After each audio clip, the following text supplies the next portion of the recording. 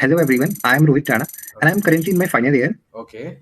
And sir, I have recently cracked SD internship offer from Amazon. Okay. And is it on campus or off campus, Rohit Rana? So it was off-campus opportunity. Okay. Okay. Hello guys, with the name of God Rana. Recently, हमारे student ने 60 LP rippling offer crack किया है. So congratulations to Kajal Singh. You guys can give her your congratulations. Okay. Now guys Uber online assessment में बार बार interviews और online assessments में ना tree के बहुत हार्ड क्वेश्चन पूछे जा रहे हैं, बाइनरी ट्री के नहीं, जनरल ट्रीज के। और बहुत सारे स्टूडेंट्स ने इन चीजों का प्रिपरेशन नहीं किया है, तो मैं आज आपको डिटेल में पढ़ाने वाला हूँ, ठीक है।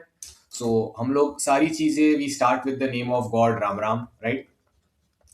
तो गाइज अब आपको मेरी बात एकदम ध्यान से सुननी है, ठीक है। तो लाइक अगर आप स्टैंडर्ड डीएसए शीट्स करोगे, ठीक है, और बहुत सारे स्टैंडर्ड और इजी मीडियम क्वेश्चंस करोगे लीड कोड जीएफजी से, तो प्लीज आप एक्सपेक्ट मत करो कि उबर का ओए क्रैक हो जाएगा 60 एलपीए वाला, नहीं हो पाएगा, ठीक है, बिल्कुल नहीं हो पाएगा। उबर ओए के लिए आपको क्या करना है ना, हार्ड प्लस न्यू टाइप के क्वेश्चन करने जो आपने पहले नहीं देखे, बहुत सारी डिफरेंट डिफरेंट ट्रिक्स और पैटर्न्स सीखने हैं जो जनरली ओए और सीपी में बहुत यूज होते हैं, वो चीजें आपको सीखनी है, ठीक है। इसके अलावा और क्या करना है आपको, इसके अलावा आपको क्या कहते हैं, बाइनरी ट्री और बीएसटी लोग बहुत करते हैं, बट उबर ऑनलाइन असेसमेंट में जनरल ट्री का क्वेश्चन पूछा जाता है, तो आपको जनरल ट्रीज पढ़ना चाहिए। कोई स्टैंडर्ड ट्यूटोरियल्स में जनरल ट्री सही से पढ़ाते नहीं है वीडियोस में, राइट।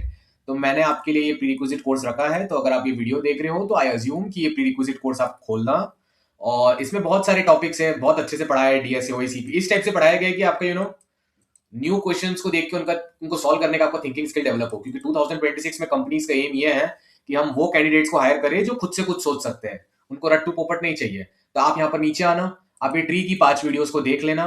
तो मैं अज्यूम करूंगा ये वीडियो में कि आपने ये 5 वीडियोस देख लिए हैं, आपको ट्री के सारे ट्रिक्स और कंसेप्ट पता है। अगर आपको ये नहीं पता तो आपको वीडियो में मैं जो भी बता रहा हूँ आपको समझ नहीं आएगा। तो अगर आपको बेसिक कोडिंग आती है तो आप ये वीडियो देख रहे हो, वेरी गुड। अब आप ये कोर्स कर लो, मेनली इसके ट्री के 5 वीडियोस कर लो, फिर आप अभी इसके आगे वीडियो देख सकते हो। क्लियर। सो गाइज उबर ने जो क्वेश्चन पूछा है वो बेसिकली ये पूछ रहे हैं कि लाइक अंडरस्टैंडिंग यही है कि given a tree of n nodes दिया हुआ है, ट्री का रूट 1 है, तो हमको हर सब ट्री का स्पेशल वैल्यू बताना है। Special value of sub tree I is maximum product of any two nodes, node values of the sub tree आई। तो चलो पहले ट्री की कुछ बात कर लेते हैं। ट्री गाइस कैसा होता है, लाइक बहुत क्विकली कर सकते हैं अपन इस चीज को। ट्री में जनरली एन नोड्स होते हैं और एन माइनस 1 एजेस होते हैं, ठीक है, ये चीज हमको याद रखनी है। प्लस ये कनेक्टेड कंपोनेंट होता है, ठीक है, ठीक है। तो मैं आपको एक ट्री दिखा देता हूँ। ट्री पे हम लोग स्टाइल से डीएफएस और बीएफएस कुछ भी कर सकते हैं, जो भी हमको चाहिए। तो ये लो, ये एक ट्री हो गई, ये जनरल ट्री है, बाइनरी नहीं, ज्यादा ज्यादा चिल्ड्रन भी हो सकते हैं, 2 से ज्यादा, 4, लाइक आप देख ही सकते हो क्या चल रहा है, राइट, 5 6 10 7 8, राइट। तो इस ट्री में ट्रिक हमको याद रखनी है कि हम अज्यूम करेंगे क्वेश्चन के लिए कि जो सबसे ऊपर वाला नोड है ना, ये रूट नोड है, ठीक है, और नीचे वाले नोड्स लाइक 2 और 3 1 का चाइल्ड है, 2 3 4 are children of 1, 5 and 6 are children of 3, 3 is the parent of 5 and 6। तो ये सब बेसिक चीज आपको पता होनी चाहिए, ठीक है। और नोड नंबर 1 रूट है, ठीक है। तो गाइस 2 टाइप के ट्रैवर्सल होते हैं, एक तो होता है नॉर्मल डीएफएस जो आप मतलब गूगल सर्च करके सीख सकते हो, नहीं तो कोर्स से कर लेना, बहुत सिंपल है। नॉर्मल डीएफएस में क्या होता है, वी ट्रैवल लाइक दिस, हम बाउंड्री ऑर्डर करते हैं, राइट, 1 से 2 जाते हैं ऐसा, फिर ऐसा, फिर ऐसा, बस रंगोली बना रहे हैं, मजे ले रहे हैं, ठीक है। ऐसे ऐसे ऐसे ऐसे ऐसा, बस बाउंड्री बनाते जाओ, बाउंड्री बनाते जाओ, आप ज्यादा दिमाग मत लगाओ, बस बाउंड्री बनाओ। तो बाउंड्री बनाएंगे तो क्या आता है, डीएफएस ऑर्डर आता है 1 को विजिट किया, फिर 2 को विजिट किया, फिर 3 को विजिट किया, फिर 5 को, फिर 6 को, फिर से 3 को विजिट किया, बट एक नोड को एक से ज्यादा बार लिख नहीं सकते तो 3 को इग्नोर, फिर से 1 को विजिट किया बट डबल बार नहीं लिख सकते, फिर 4 को, फिर 7 को, फिर से 4 को विजिट किया, 4 के बाद 7 पे गया, 7 से फिर से 4 गया, फिर 8, बट 4 को 2 बार लिख नहीं सकते, कोई भी नंबर को 2 बार लिख नहीं सकते, जब भी दूसरी बार आता है तो इग्नोर करना है। फिर मैं गया 8 पर, फिर 8 से मैं फिर से गया 4 पर 4 को लिख नहीं सकते, ऑलरेडी एक बार आ चुका, फिर से गया 1 पर, फिर खत्म हो गया मेरा ट्रैवर्सल यहाँ पर, राइट, बट 1 भी नहीं लिख सकते, 1 पहले आया था। तो गाइस इसका डीएफएस क्या होगा, 1 2 3 5 6 4 7 8। अब गाइस एक अप डाउन डीएफएस होता है, बॉटम अप डीएफएस ट्रैवर्सल, इसको यूज करते जब हम डायनेमिक प्रोग्रामिंग ऑन ट्रीज कर रहे हैं, ठीक है। तो इस प्रॉब्लम में डीपी ऑन ट्रीज यूज करना पड़ेगा। तो इसमें हम क्या करते हैं ना, हम नीचे से ऊपर जाते हैं, ये नीचे है, ठीक है, तो नीचे से हमको ऊपर जाना है, ठीक है। तो अब क्या करेंगे, इसके लिए हम पहले लीव्स को ट्रेवल करेंगे। अब तुम बोलोगे सर बॉटम अप डीएफएस का कोड कैसे होता है सर, वो बता दो सर। देखो गाइस वो काम तो आपको ही करना पड़ेगा, ये प्रीरिक्विजिट कोर्स खोलो, इसमें बॉटम अप डीएफएस मैंने ट्री के पार्ट में पढ़ाया हुआ है, मैं लिख भी देता हूं यहाँ पर, please do the tree part of it. अगर आप इतना करोगे तो आपको मेरा सब वीडियो समझ आएगा, ठीक है। Ram Ram. Yeah, so in every ingoing and outgoing breath always take the name of God, Ram Ram, like this, then you will reach moksha. More details about it will be in the description of the video, in the link. अब guys मेरी बात ध्यान से सुनो. God को achieve करना और बहुत काम करना है. मेरी मॉम कहती है बस राम राम करो, काम काम करो, ज्यादा ओवर थिंकिंग मत करो. सो नाउ लिसन, इसमें हम पहले ना लीव्स को विजिट करेंगे. पहले हम 5 को विजिट करेंगे, फिर हम 6 को विजिट करेंगे, फिर हम ये 3 को विजिट करेंगे, फिर हम 2 को विजिट करेंगे, फिर हम 7 को विजिट करेंगे, 8 को विजिट करेंगे, 4 को विजिट करेंगे. जब ये सब विजिटिंग हो जाएगा तो फाइनली 1 को विजिट करेंगे. तो ये हम ऐसा नीचे से ऊपर क्यों ट्रेवल कर रहे हैं? इसको बोलते हैं कि बॉटम अप डीएफएस बोलते हैं. बॉटम से अप, ये नीचे था, नीचे से मैं चला गया ऊपर, तो बॉटम अप डीएफएस हो गया. क्लियर? तो ये क्यों कर रहे हैं? इससे हम हर सब ट्री का ट्रैक रख सकते हैं. अगर आप लोग को सब ट्री का मतलब नहीं पता तो सब ट्री ऑफ 3 क्या होगा बोलो? सब ट्री ऑफ 3 मतलब ट्रिक ये है कि जो नोड नंबर 3 है ना, उस पर आप चादर उड़ा दीजिए. तो नोड नंबर 3 पे मैं चादर उड़ाऊंगा, लाइक ब्लैंकेट लगाऊंगा, तो ये वाला पार्ट कवर हो जाएगा ना. तो sub tree of 3 means set of nodes 3 5 6. This is sub tree of 3. Sub tree of 4 क्या होगा? हमको हर सब ट्री का आंसर बताना है. फिलहाल के लिए बस इतना ही समझो. तो 4 पे ब्लैंकेट बिछाओ, क्या होगा? Like this, like this. तो 4 7 8. ठीक है, तो आपको ये सब समझ आ ही गया होगा. और सब ट्री ऑफ 2 क्या होगा? यहां पर ब्लैंकेट बिछा दो, तो सब ट्री ऑफ 2 में तो एक ही नोड आएगा. हाँ, जो रूट नोड है, subtree of root, subtree of root क्या होगा? अगर मैं यहां पर चादर बिछा दूं तो ये इतना पूरा पार्ट कवर हो जाएगा. क्लियर? तो बात को आप ध्यान से समझिए. क्लियर? सब ट्री ऑफ 1 में सारे नोड्स कवर हो गए, 1 2 3 4 5 6 7 8. तो हमको हर सब ट्री का कुछ आंसर बताना है. क्या आंसर बताना है मैं बताता हूं. चलो एग्जांपल ले लेते हैं. Ram Ram. If God is with you, you need to worry about no nothing else. 2 3 4. Okay, 1 5 10 15. तो सब ट्री ऑफ 2 में हमको क्या जानना है? समझो क्वेश्चन बोल रहा है कि सब ट्री ऑफ 2 का स्पेशल वैल्यू बताओ. यही बोल रहा है ना क्वेश्चन. क्वेश्चन क्या बोल रहा है बिडू? कि maximum product of any two nodes of the values in sub tree आई बताना है. राइट? तो कैसे बताएंगे? अगर सब ट्री ऑफ 2 का आंसर देना है तो हमको सारे सब ट्री का आंसर देना है. ये बात याद रखना. सब ट्री 1 से लेके सब ट्री n तक n नंबर्स आउटपुट करने हैं अपन को. ठीक है? तो सब ट्री ऑफ 2 क्या होगा? सब ट्री ऑफ 2 मतलब ये वाले नोड्स को कंसीडर करना है. तो ये वाले नोड्स को कंसीडर करूंगा तो कौन से नोड्स आते हैं? 2 3 एंड 4. इनकी वैल्यूज क्या है नोड्स की? 5 1 10. तो कौन से दो नोड्स में यहां पर उठाऊंगा गाइस, तो मुझे पता चलेगा कि क्या कहते हैं मैक्सिमम प्रोडक्ट कौन से दो नंबर उठा के आएगा. कॉमन सेंस है ना, दो सबसे बड़े नंबर उठा लो, 5 और 10. 5 इंटू 10 क्या होता है? 50. 50 आंसर है सब ट्री ऑफ 2 का. देख रहे हो कितना सिंपल क्वेश्चन है. 60 लाख रुपए ऐसे बैंक अकाउंट में आ जाएगा. अब सब ट्री ऑफ 2, अब सब ट्री ऑफ 1 का आंसर निकालना है. तो क्या होगा? या चलो सब ट्री ऑफ 4 का आंसर निकालते हैं. 4 का तो कोई चाइल्ड है ही नहीं. अगर सब ट्री ऑफ 4 बनाओगे तो सिर्फ इतना ही पार्ट आएगा. तो इसमें तो दो नोड्स है ही नहीं, तो जिसका जो लीफ नोड है उसका सब ट्री वैल्यू 0 है. Subtree of 4 is 0.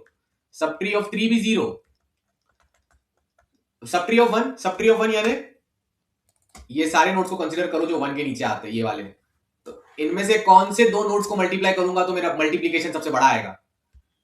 15 और 5 को ना, तो 15 इंटू 5 इज द आंसर. ना 15 इंटू 5 नहीं. कौन कौन से नोट है पहले सब ट्री ऑफ 1 में देख लो. 15 है, 5 है, 10 है, मुझे पता है तुम समझ गए हो. तो 15 into 10 150 is the answer. So guys यही देखो आप यहाँ पर पिक्स अपने पास क्लियर नहीं है, बट यही हो रहा है, आप समझ गए होंगे.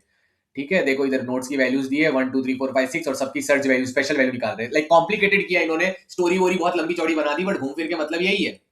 तो गाइस अब आप ही सोचो, कोई भी मैं बड़ा सा ट्री ले लूं. समझो ये ट्री का रूट 1 था और यहाँ बहुत बड़ा ट्री है. ठीक है, कहीं पर यहां पर नोड आई है और नोड आई के बहुत सारे समझो बच्चे हैं. ठीक है, ठीक है, और इनके भी बच्चे होंगे. राइट? तो गाइज आप ही कॉमन सेंस लगाओ. सब ट्री ऑफ आई का मतलब, सब ट्री ऑफ आई यानी स्पेशल ऑफ आई का आप आंसर कैसे खोजोगे? आप ब्रूट फोर्स कर सकते हो. क्या कर सकते हो? ब्रूट फोर्स कर सकते हो. ओ ऑफ एन स्क्वायर सोल्यूशन क्या होगा? हर इंडेक्स आई के लिए आप उसका सब ट्री ट्रेवल करके सारे नोड की वैल्यूज को एरे में डाल दो. तो ये सब ट्री ऑफ आई है ना, तो मैं यहां से डीएफएस करूंगा. मैं क्या करूंगा?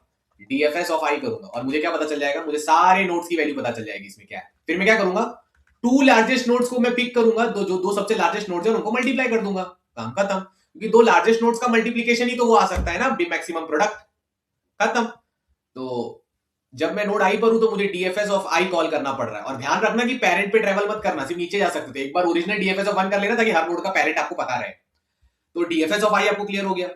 अब समझो आपको कोई दूसरा नोड जे है. अब आपको ये जे वाले सब ट्री का बताना है क्या है, तो आपको डीएफएस ऑफ जे करना पड़ेगा. तो मतलब आपको 1 से लेके n तक सबका आंसर निकालना है. तो आपको एक बार डीएफएस 1 करोगे आप, खैर डीएफएस ऑफ वन तो आपको ऐसे भी करना ही पड़ेगा और एक बार पहले, क्योंकि ट्री वन से चालू होता है तो हमको हर नोड का पेरेंट पता होना चाहिए ना, तो पहले डीएफएस ऑफ वन, फिर ऐसे फॉर्मेलिटी के लिए वन की वजह फिर से DFS of one, DFS of two, DFS of three, DFS of four. तो वर्स्ट केस में कोई भी जगह डीएफएस करोगे तो वो ऑफ एन टाइम लग सकता है, राइट? तो वो ऑफ एन टाइम्स कितना होगा? वो ऑफ एन स्क्वायर। गाइस जो भी ये वीडियो देख रहा है याद रखना, हलवा नहीं चल रहा है, मजाक नहीं चल रहा है।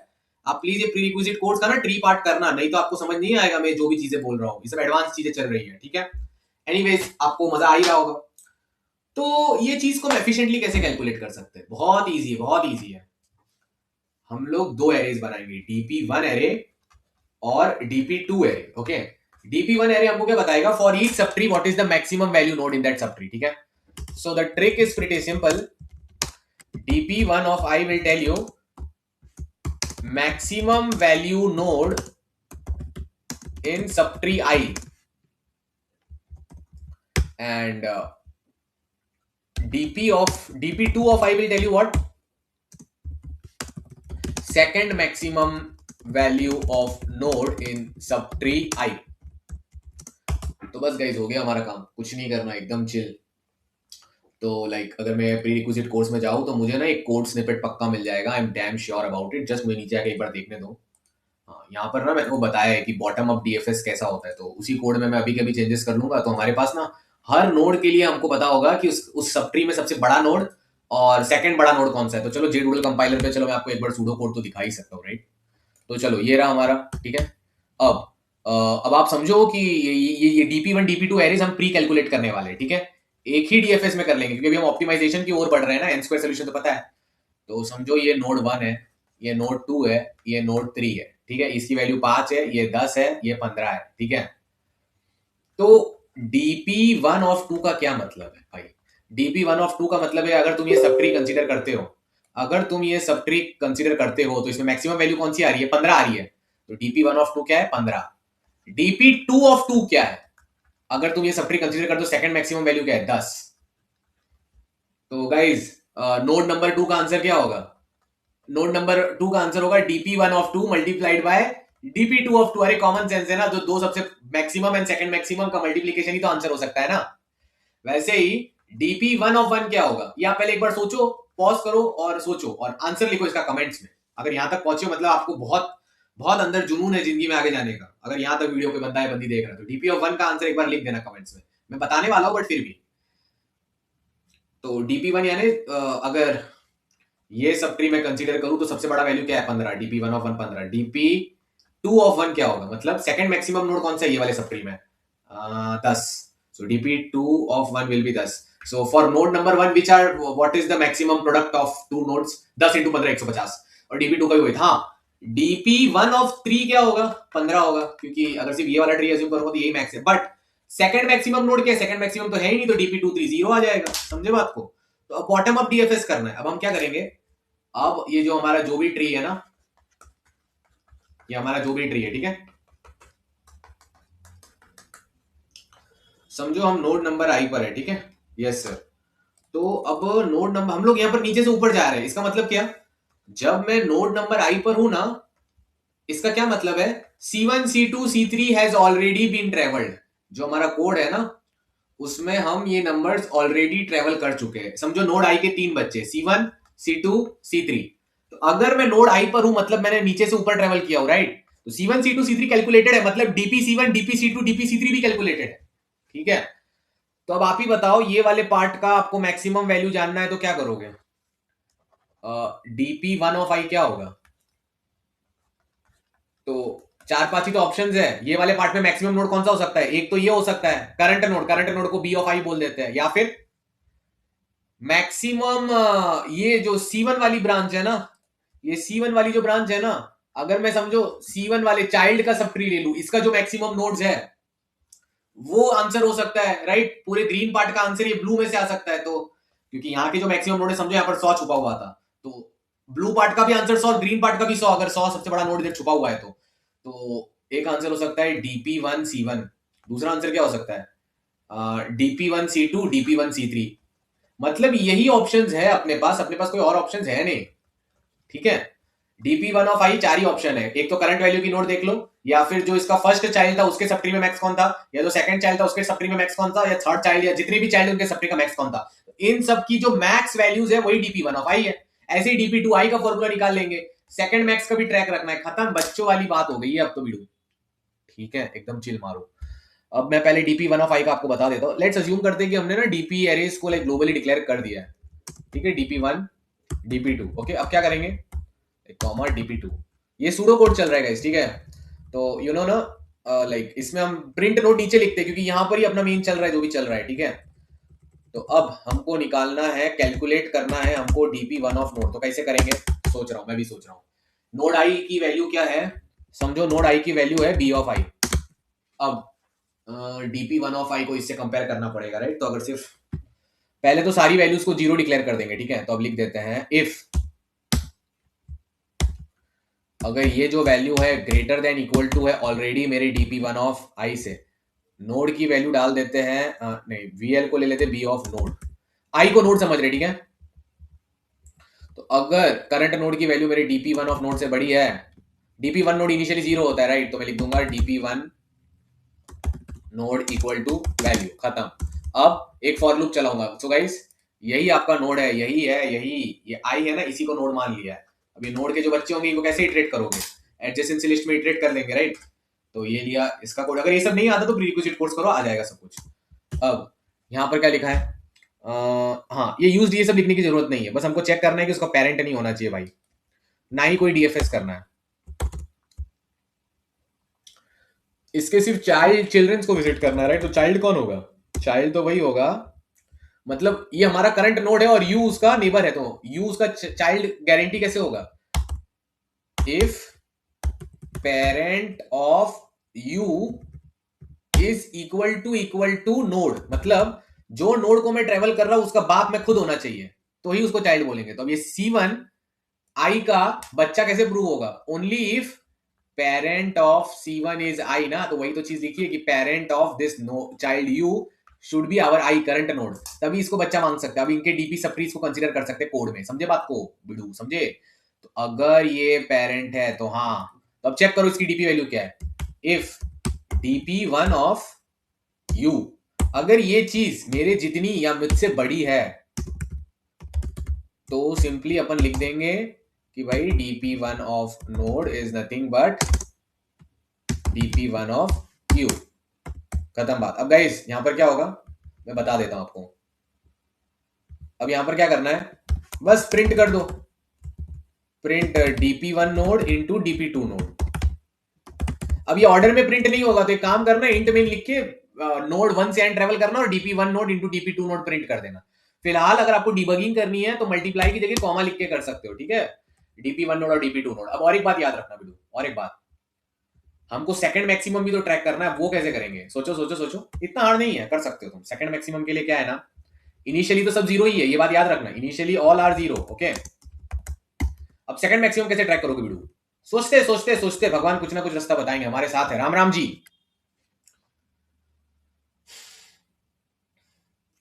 तो जब जब फर्स्ट मैक्सिमम अपडेट हो रहा है, सही बात है, सही बात है, समझ गया।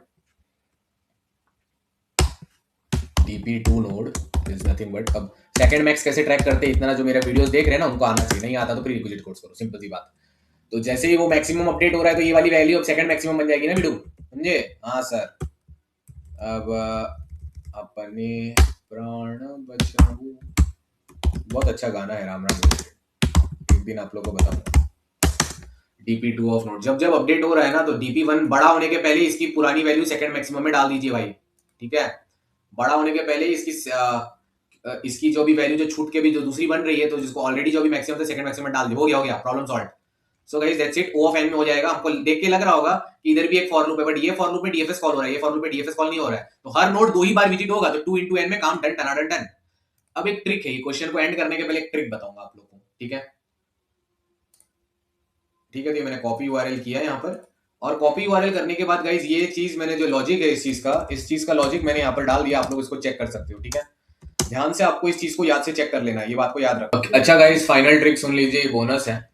फाइनल ट्रिक ये है कि नेगेटिव नंबर्स भी हो सकते हैं ना, राइट। तो लाइक समझो आपका ये ऐसा होता है, ये 1 है, ये 2 है, ये 3 है, ये 4 है, ये -5 है, ये -10 है, ये 2 है और ये 8 है। तो आप क्या करोगे सब ट्री ऑफ 1 के लिए? आप सब ट्री ऑफ 1 के लिए या फिर क्या करोगे आप दो मैक्सिमम वैल्यूज लोगे, राइट? तो इसमें 2 बड़ा आ रहा 8 और आप बोल दोगे 2 × 8 16 आंसर है, राइट? बट गाइस 16 आंसर नहीं है। अगर दो नेगेटिव वैल्यूज को लेंगे जो एकदम नेगेटिव है, -5 -10, तभी भी तो 50 आएगा, क्योंकि माइनस माइनस प्लस होता है ना। सो हमको 4 डीपी बनाने पड़ेंगे, समझे? तो like final trick, keep track of 2 most negative minimum elements via dp3 and dp4, via dp3i and dp4i, as they can be the answer as well. So like answer क्या होगा? For each node i the answer will be max of, या तो दो maximum values जो है ना उनको आप लेके मल्टीप्लाई कर दीजिए, या फिर दो मिनिमम वैल्यूज को लेके आप मल्टीप्लाई कर दीजिए, ठीक है? और बस दैट्स इट। दो मिनिमम वैल्यूज को भी, प्रोडक्ट है ना, माइनस माइनस प्लस होता है, तो जो दो मिनिमम है तो ये जो इनका एब्सोल्यूट वैल्यू बड़ा होना चाहिए, समझे? तो अगर दो बड़े लेके एब्सोल्यूट को मल्टीप्लाई करोगे तो पॉजिटिव प्लस हो जाएगा। और हाँ, प्लस वाले नंबर को माइनस से कभी मल्टीप्लाई नहीं करना है। अगर ऐसा कभी हो भी रहा है कि समझो एक सब ट्री है जिसमें दो ही नोड है, एक है पॉजिटिव एक है नेगेटिव, तो हो सकता है dp1 dp2 ऐसा वैल्यूज को लेके नेगेटिव आंसर दे, तो कुछ कर नहीं सकते, इसमें एक ही प्रोडक्ट पेयर पॉसिबल था तो चलता है, समझे? बट जो बेस्ट केस में तुम्हारा हो सकता है वो जरूर ट्राई हो जाएगा। समझो तुम्हारे पास एक एरे दिया होता स्टैंडर्ड क्वेश्चन और बोला होता find a pair with maximum product, तो या तो दो लार्जेस्ट वैल्यूज का प्रोडक्ट करते हैं या तो दो स्मॉलेस्ट वैल्यूज का करते हैं। तो वही हर सब ट्री में दो लार्जेस्ट वैल्यू और दो स्मॉलेस्ट वैल्यूज का ट्रैक रखना है। Done done done done. Ram Ram. Like share subscribe ताकि मैं आपको डेली हाई क्वालिटी ओएन इंटरव्यू वीडियोस दे पाऊं। कभी कभी क्वेश्चन इजी मीडियम होता है, कभी कभी हार्ड होता है। हार्ड वालों के लिए मैं चाहता हूं कि मैं आप लोग के लिए लंबे लंबे वीडियो बनाऊं, बट आप लोग लंबे वीडियो देखते नहीं हो, 40-50 मिनट के, तो आप लोग को वो सब भी चाहिए तो मुझे बताना कमेंट्स में। और देखो 60 लाख मिलना इतना आसान होता है, कितना इजी क्वेश्चन था, right? Ram Ram. Will see you guys tomorrow. Ram Ram. Love you all. Ram Ram.